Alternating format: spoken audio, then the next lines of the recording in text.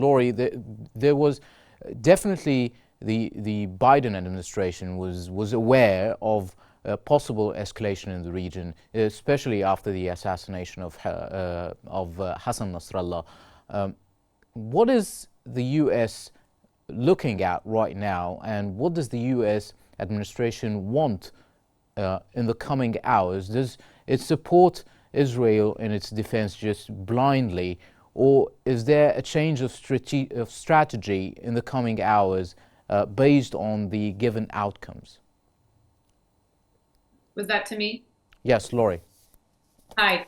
Yes, the strategy is going to be revealed. I can't answer that, nor can my fellow colleague answer that either. But we are paying attention to the briefings that are coming out. But I was somewhat disappointed, I will say, yesterday. And you had three briefings. You had one from the Pentagon, you had one from the White House, and then you had one from the National Security Advisor. And in all of those, when asked the question by journalists of, well, what will the United States do if U.S. troops are attacked, etc.? And the answer was, we will respond.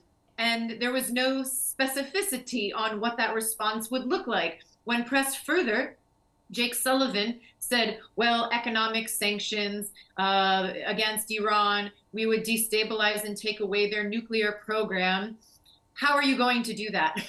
The United States and our allies have been trying to minimize, de-escalate, whatever word you want to use, completely terminate Iran's capabilities to have a nuclear weapon. We also know that where that is located is extremely difficult and challenging to get to. And if it was as easy as everyone thinks, then probably Mossad Israel would have already dismantled and destroyed those facilities, but that has not happened. So I am going to be laser focused on what the United States says and then does in support of Israel, notwithstanding continuing to support through congressional actions and budget appropriations, allocations for more weapons of war, that at the same time that Israel is defending itself, which I support, many, many, many innocent civilians continue to be killed. And now to go into neighboring Lebanon and the thought of having military tanks rolling down the street of beautiful Lebanon into Beirut is unimaginable. And it takes us back to the Civil War. And I don't think anyone wants to go back there. But there are no guardrails But on Laurie, Netanyahu what you as it said is here right has been now. There stated isn't from many this times by administration, and I officials don't hear that coming out that nobody Kamala wants to Harris see. Walls campaign.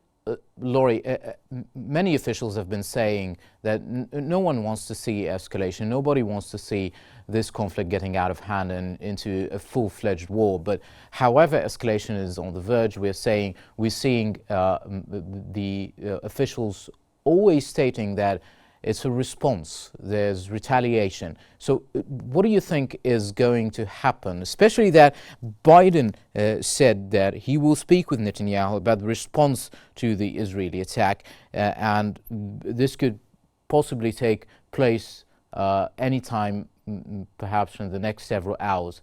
What do you think this phone call is going to hold, and what kind of retaliation are we expecting?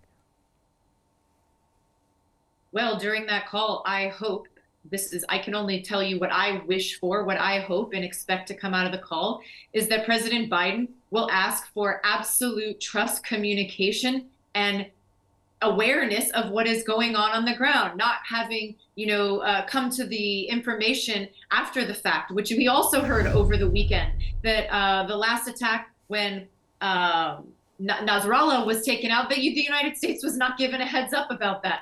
Whether or not that was true coming from the U.S. side, that is very concerning to me as a person that is in national security, and that if the United States, its closest ally to Israel, was not made aware, that's not good allyship and diplomacy. So I hope that is part of the message today, and that it is what is your strategy? What is your strategy, Netanyahu? What kind of attack? One, are you planning to launch, the severity of that? And what is your second and third order of effects that you anticipate happening after your attacks?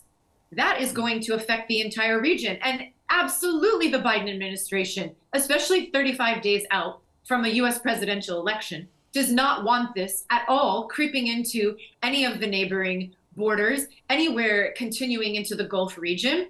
And this is absolutely concerning, but someone has to put some guardrails on Netanyahu, whether that's Biden, whether that is the leaders of our other countries and allies.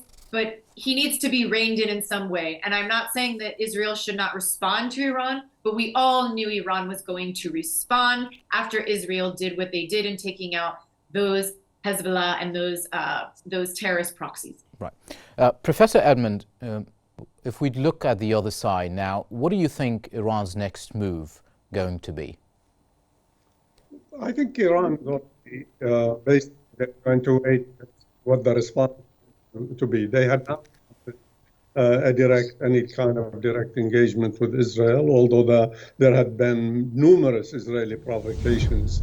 And so as a result of this, I think they will wait. But at the same time, they are also preparing for any kind of counterstrike, and perhaps especially if that strike was aimed at Iran's nuclear facilities. This is extremely dangerous because President Biden, when he came into office, he pointed to he said, we want to see an end to the period or the era of forever wars that were taking place in the region, and which cost the United States between $9 and $11 trillion. And the American people paid the price for that. And so it's a very, very dangerous situation. The president says that there will be severe consequences. The advisor to the president on national security affairs says there will be severe consequences. The Netanyahu, who had wanted to drag the United States into a war, and it seems that it's the tail that's wagging the dog in this case. And so there is a serious danger, because if we see escalation, this is likely to lead, first of all, especially if there were attacks against Iranian nuclear facilities and as well as its bases or its other targets inside Iran. We're likely to see Iran also attack U.S. forces in the region, maybe prevent oil facilities from operating also in the region, and that is going to make the whole world pay a price. So the dangers are extreme and very high, but unfortunately, States to calm the situation. They continue to provide support for Israel without pressuring Israel, as had been the case in a number of previous situations when Israel went too far. President Eisenhower, for example, the Israeli leadership refused to withdraw from Sinai after the 1956 invasion of Egypt. President Eisenhower was warned by friends of Israel that he could pay a price during the elections, yet he told them there would be no more support for Israel if Israel does not withdraw. While in the beginning there was resistance, they later got the message and withdrew. The same thing happened again on President Reagan. Reagan, during the invasion of Lebanon, what he saw happening in Beirut actually led them to tell the Israeli leadership, which was refusing to withdraw, that they would pay a heavy price, and the U.S. would no longer provide the support that they wanted. So they withdrew. George Bush Sr. also adopted similar policies. President Carter, President Kennedy. But unfortunately, the current leadership does not seem to have either the ability or the understanding of what's going on in the region, and they believe that continuing to provide support for Israel's aggression is the best way, while the U.S. and Israel are both becoming isolated internationally. Okay.